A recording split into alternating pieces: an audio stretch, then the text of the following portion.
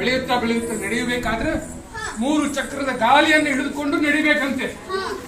ಶಕಟನನ್ನು ಆಟಿಕೆಯಾಗಿ ಕಳಿಸಿಕೊಟ್ಟೆ. ಅವನು ಏನ್ ಮಾಡಿದೆ ನೀನು?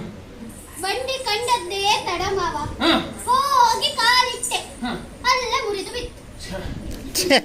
ಎಷ್ಟು ಸುಲಭ ನಿಮಗೆ. ಹೋಗಲಿ, ಸುಂಟರ ಗಾಳಿ ಬೀಸಿ ಮಕ್ಕಳಿಗೆ ಜೋಕಾಲಿ ಆಡಲಿ ಎನ್ನುವುದಾಗಿ ತೃಣಾಸುರನನ್ನು ಕಳಿಸಿದೆ. ಅವನನ್ನ ಯಾಕೆ ಕೊಂದ್ರಿ?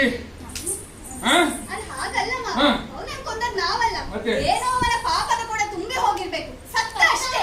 ಬಕ ಏನ್ ಮಾಡಿದ್ದ? ಓ ಬಕ ಪಕ್ಷಿಯ ರೂಪದಲ್ಲಿ ಬಂದ ಮಾವ. ನಿಮಗೆ ವಿಮಾನಯಾನ ಮಾಡುವುದಕ್ಕಾಗಿ ಬಕನನ್ನು ಕಳಿಸಿದ್ದ. ಕಳುಹಿಸಿ ಕೊಟ್ಟಿದ್ದೀರಿ, ನಮ್ಮನ್ನು ಮೇಲ್ ಕರ್ಕೊಂಡು ಹೋಗ್ತೇನೆ ಅಂತ ಹೇಳಿ ಇಲ್ಲಿ ಕೂಡ್ಸ್ಕೊಂಡ.